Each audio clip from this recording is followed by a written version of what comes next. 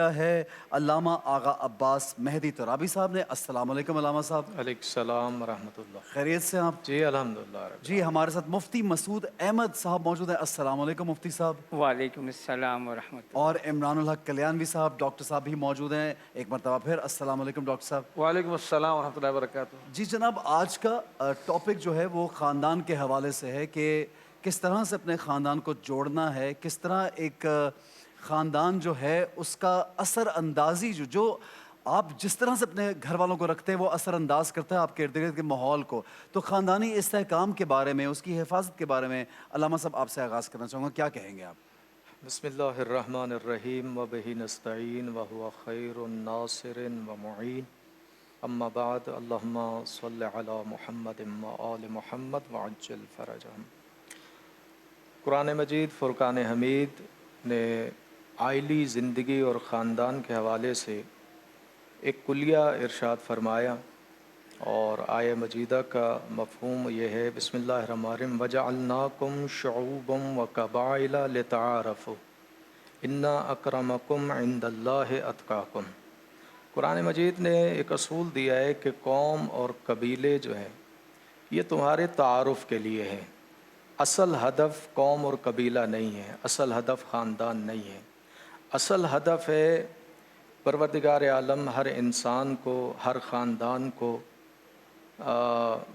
پورے معاشرے کو، پوری انسانیت کو وہ صاحب تقوی دیکھنا چاہتا ہے، اور معیار جو ہے عزت کا، احترام کا، خاندان کا معیار نہیں ہے، خاندان میں ان لوگوں کا معیار ہے، وہ لوگ صاحب عزت ہیں، صاحب احترام ہیں، جو صاحب تقوی ہیں۔ لیکن کلی طور پہ چونکہ ہم جس رسالت مآب، جس رسول اعظم کا کلمہ پڑھتے ہیں صلی اللہ علیہ وآلہ وسلم، رسالت مآب کا ارشاد پاک ہے کہ اللہ نے جب اس پوری کائنات پہ نگاہ ڈالی تو اس پوری کائنات میں خاندان کے اعتبار سے اللہ نے میرے خاندان کا انتخاب کیا، یعنی میرے خاندان کو منتخب کیا اس پوری کائنات میں۔ صحیح۔ پھر اس خاندان میں سے یعنی قریش کو منتخب کیا، اور قریش میں سے جو میرا خاندان ہے بنی ہاشم، اس کو اللہ نے جو ہے وہ منتخب کیا، اور دیگر تمام خاندانوں پر میرے خاندان کو فضیلت دی ہے۔ صحیح۔ تو اگر ہم خاندانی اعتبار سے گفتگو کریں تو روح زمین میں اگر کوئی لائق عزت، اگر کوئی لائق احترام، اگر کوئی لائق فضیلت والا خاندان ہے تو وہ خاندان رسالت مآب صلی اللہ علیہ وآلہ وسلم ہے۔ جبکہ دیگر خاندانوں کے لیے یا دیگر قبائل کے لیے جو اللہ نے جو ایک معیار دیا ہے وہ اس لیے کہ یہ خاندان سے ہمارا تعارف ہوتا ہے، لتعارف ہو، تاکہ تم ایک دوسرے کو پہچان سکو۔ در حالی کہ مجھ اللہ کے نزدیک صاحب عزت، صاحب مقام جو ہے وہی ہے جو صاحب تقوی ہے۔ اب اس اعتبار سے جب رسالت مآب صلی اللہ علیہ وآلہ وسلم نے اپنے خاندان کے حوالے سے تعارف کروایا تو پروردگار عالم نے خاندان رسالت مآب کو قرآن کی منزل میں اور قرآن کی زبان میں اور قرآن کی تعلیمات میں شجرہ طیبہ سے منسوب کیا کہ یہ خاندان شجرہ طیبہ ہے۔ ظاہر ہے کہ ہر چیز کی ایک ضد ہوتی ہے، لہٰذا اگر ایک خاندان طیب کا تعارف ہے قرآن میں تو ظاہر ہے اس کی ایک ضد بھی ہے، اور اسے شجرہ خبیثہ کے نام سے منسوب کیا جاتا ہے۔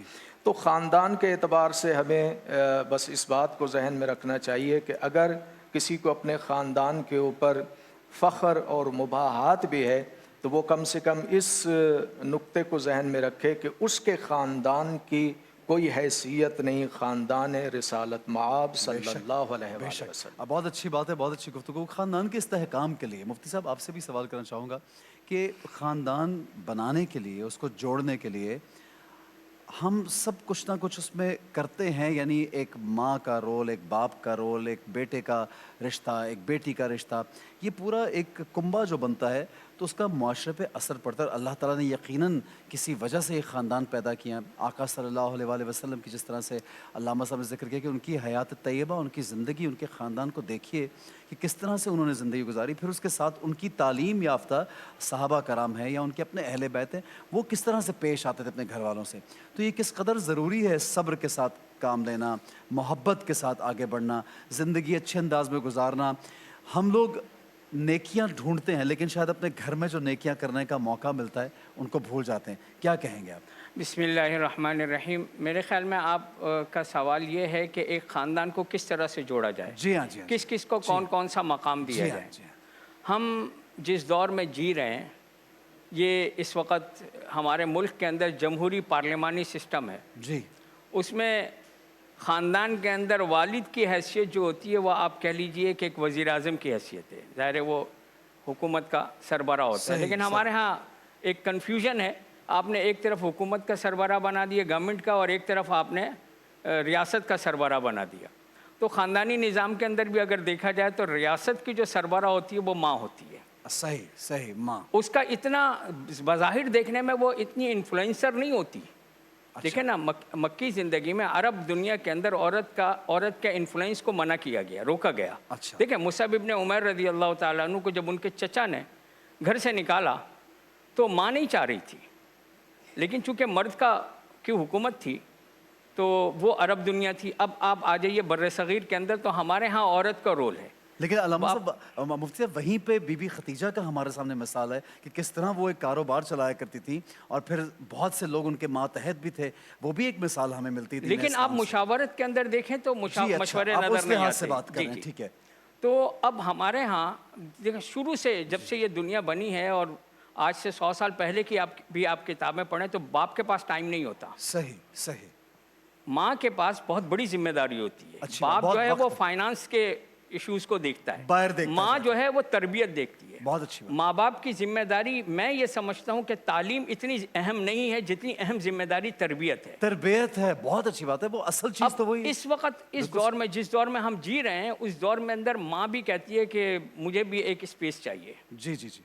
تو اب باپ کے پاس تو ٹائم پہلے بھی نہیں تھا, اب ماؤں کے پاس بھی ٹائم نہیں ہے جو ہمارے اسمارٹ فون نے لے لیا. یہ بھی اچھی بات ہے, یہ بھی اچھی بات ہے. اب وہ جو بچہ ہے جس کو ہر وقت ماں کی توجہ کی ضرورت ہے, وہ والی مائیں تھیں جن کی گودوں میں پل کر ایسے ہماری تاریخ کیسی ہے. اس وقت ہمارے پاس فخر کرنے کے لیے صرف تاریخ ہے, ہمارا اس وقت حال کچھ بھی نہیں ہے. بہت اچھی بات ہے, بہت اچھی بات. تو اس کے اندر گڑبڑ کہاں سے آئی؟ یہ جو فون آ گیا, اس فون نے ماؤں کا بھی ٹائم کل کر دیا. اب بچے کے پاس نہ باپ سے ٹائم مل رہا ہے اس کو, نہ ماں سے ٹائم مل رہا ہے. تو ایک اچھے گھرانے سے اچھے بچے کیوں نہیں نکل رہے؟ اس لیے کہ ان کو وہ اچھے گھرانے کی جو تربیت تھی وہ نہیں مل رہی. ماں کا جو ٹائم تھا وہ ٹائم بچے کو نہیں مل رہا. اب یہاں پر لوگ کہتے ہیں کہ جناب مولوی صاحب آپ جو ہے نا پرانی دنیا کے شاید آدمی ہیں, یہ بڑی کام کی چیز ہے. ہمیں اس کے کام کے مفید ہونے سے کوئی اعتراض نہیں ہے, لیکن یہ جو ہمیں تعلیم دے رہا ہے, یہ جو ہمیں ایپس جو سوشل کنیکشن ہے, یہ ہمیں پیغام دے رہے ہیں کہ جو میں چاہوں گا وہی مجھے ملنا چاہیے. کام کی چیز, آپ قطع کلامی کی معافی چاہتا ہے, ایک چھری کی مثال دی جاتی ہے کہ چھری سے ہم پھل بھی کاٹتے اور انسان کو بھی مار سکتے ہیں. ہمارا آج کا بچہ اس چھری کی مثال کو نہیں سمجھتا. میں اس میں ایک دوسری مثال دوں گا, بلکہ ماں باپ کے سمجھنے کی مثال ہے. ایک بازار ہے جی, اس میں ساری چیزیں مل رہی ہیں جی. اس کے اندر آپ کو قرآن بھی مل رہا ہے, اس کے اندر حدیث بھی مل رہی ہے, اس میں فقہ بھی مل رہی ہے, وہاں آپ کو نماز بھی مل رہی ہے, وہیں پب بھی ہے, وہیں کسینو بھی ہے, وہیں فحاشی بھی ہے, وہیں اوریانی بھی ہے, حلال اور حرام ہر چیز مل رہی ہے. اب خود ایمانداری سے بتائیے, میں بھی ایک باپ ہوں, اب خود بتائیے کہ آپ اپنے 16 سال کے بچے کو اس مارکیٹ میں اکیلا بھیجیں گے؟ نہیں, کبھی بھی نہیں, کبھی بھی نہیں, کبھی بھی نہیں. تو اب ہم نے ان بچوں سے اپنا جو بچے ہم سے ٹائم مانگ رہے تھے ان کو ہم نے الگ سے ٹیپس دے دیے. دنیا کی پہلی کنٹری تھی جس نے اپنے بچوں کی ایجوکیشن کے اندر ٹیپس لے کر آئی تھی جی, اور پیپر فری ایجوکیشن لے کر آئی تھی, سویڈن. آج وہی سویڈن باہر نکل رہا ہے جی. ان کے ہاں ایمان کا مسئلہ نہیں ہے, صحیح. ان کے ہاں وہ کہہ رہے ہیں بیہیویئر خراب ہو رہا ہے بچوں کا, فوکس آؤٹ ہو رہا ہے. تو ماؤں کو چاہیے وہ اپنے بچوں کو خاص ٹائم دیں. بڑا اچھا ایک پہلو جس کو آپ اجاگر کرنا چاہ رہے ہیں کہ آج کل ہم اس میں باپ کو اگنور نہیں کر سکتے, لیکن چونکہ آپ یہ کہنا چاہ رہے ہیں کہ مرد حضرات باہر کام کرتے ہیں, بہت سا وقت باہر گزارتے ہیں, تو ماؤں کو زیادہ, کیونکہ وہ گھروں میں ہوتی ہیں, تو بچوں پہ توجہ زیادہ دینی چاہیے تربیت کے لیے. عمران بھائی آپ کیا کہیں گے آج کل کے حوالے سے؟ آپ ماشاءاللہ ایک پروفیسر بھی ہیں, اسٹوڈنٹس کو ملتے ہیں, آپ کو کیا لگتا ہے ایٹ ٹائمز یہ بھی فیل ہوتا ہے کہ بہت انٹیلیجنٹ بھی ہیں اور بہت کچھ سیکھ بھی رہے ہیں, اور بہت مرتبہ جس طرح مفتی صاحب نے کہا کہ تربیت کی کمی ہے. جی جی ہاں, میں بھی کہوں گا دیکھیں اسلام تو جوڑنے کی بات کرتا ہے کہ آپس میں جڑ کے رہیں, متحد رہیں, اتحاد کے ساتھ رہیں, لیکن میرا جو اپنا تجزیہ ہے اور جو بظاہر حال نظر آتا ہے, جوائنٹ فیملی سسٹم جو ہے وہ اس جوائنٹ فیملی سسٹم کے بہت سے فوائد بھی ہیں اور بہت سارے ڈس ایڈوانٹیجز بھی ہیں. اکثر میں دیکھتا ہوں کہ جو ہمارے جوائنٹ فیملی کے اندر رہ رہے ہیں, ایک بڑا گھر کا, جس طرح مفتی صاحب نے فرمایا کہ جی باپ گھر کا وزیر اعظم ہے, ماں اس کی ریاست کو چلانے والی, سب چیزیں بہت, وہاں جہاں کا سب کے اندر برداشت ہو, اچھے مزاج کے ہوں, تب تو بڑا مزہ آتا ہے, بہت پیاری زندگی گزرتی ہے. اور جہاں آپس میں مزاج میں تلخیاں ہوں, وہاں یہ زندگی جوائنٹ فیملی والی ایک عذاب بن جاتی ہے کہ پوری زندگی سمجھے ایک دوسرے سے لڑ جھگڑ کے, دلوں میں کینہ رکھ کے, حسد رکھ کے گزر جاتی ہے. ایون یہ کہ باپ بیٹے کا دشمن, بیٹا باپ کا دشمن, اس طرح ایسی زندگی گزر جاتی ہے. اسلام نے کہا ہے کہ جیسے رسول پاک صلی اللہ علیہ وسلم نے جب حجرات مطہرہ بنائے تو ہر زوجہ محترمہ کا الگ الگ حجرہ بنایا, بیٹی کی جب آباد ہوئی ان کے الگ گھر بنایا, سب کے الگ الگ کر کے قریب رہیں لیکن تھوڑا سا فاصلے پہ رہیں تو عزت اور وقار برقرار رہتا ہے. آج جو ہمارے یہاں دیکھیں تربیت کی بات ہے, سوشل میڈیا کے حوالے سے بات ہے کہ جہاں اس نے ہمیں دور بھی کیا تو بہت قریب بھی کیا, کہ ہم بہت سارے ہزاروں میل دور بیٹھے ہوئے لوگوں سے بڑا کنیکٹڈ بھی ہیں, جڑے ہوئے بھی ہیں. کہاں ہماری باتیں ہوتی تھیں کہ بھائی فون, کبھی پورے محلے میں ایک فون ہوتا تھا, وہ مہینے میں کہیں باہر سے کال آتی تھی تو ہم سب سننے کے لیے جاتے تھے فون پہ بات کریں گے. اب یہ ویڈیو کال, آڈیو کال میں ہم سب ایک دوسرے رابطے میں بھی ہیں. بس اوقات بڑا گھر ہوتا ہے, ہم اس میں ایک دوسرے سے واٹس ایپ پہ رابطہ کر رہے ہوتے ہیں, بھائی مہمان آ گئے, کھانا لگا لو, یہ کر لو ٹیبل پہ, اس طرح جوائنٹ بھی ہو جاتے ہیں. تو فوائد بھی اس کے ہیں. لیکن ساری بات آ گئی سوشل میڈیا پہ جو آج کل تباہی مچی ہوئی ہے نا تربیت کے حوالے سے, ہمارے 20-25% خواتین ایسی ہوں گی جو مرد حضرات ہوں گے جو گھریلو زندگی گزار رہے ہیں.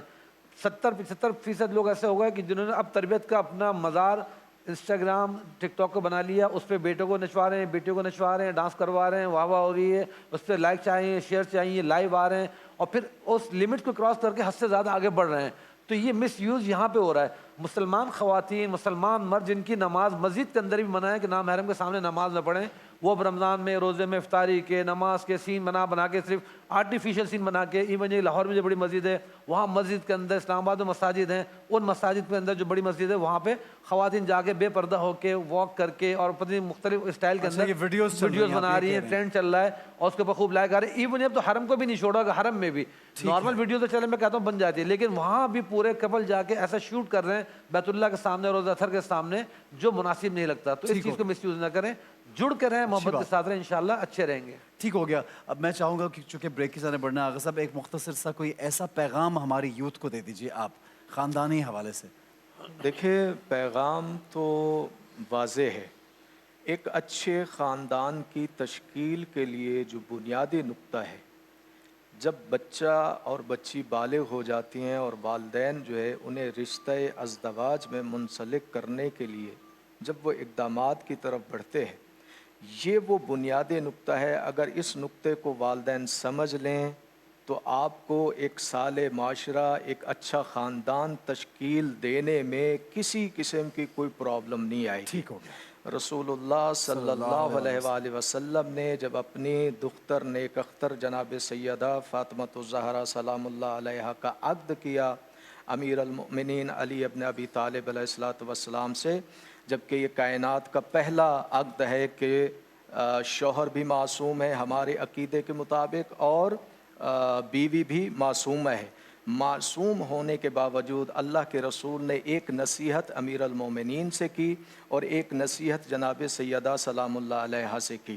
وہ نصیحت کے جملے یہ ہیں کہ یا علی آپ نے سیدہ کو گھر چلانے میں ساتھ دینا ہے, اور پھر جناب سیدہ سے کہا کہ اے بیٹی آپ نے علی علیہ الصلوۃ والسلام کا ساتھ دینا ہے.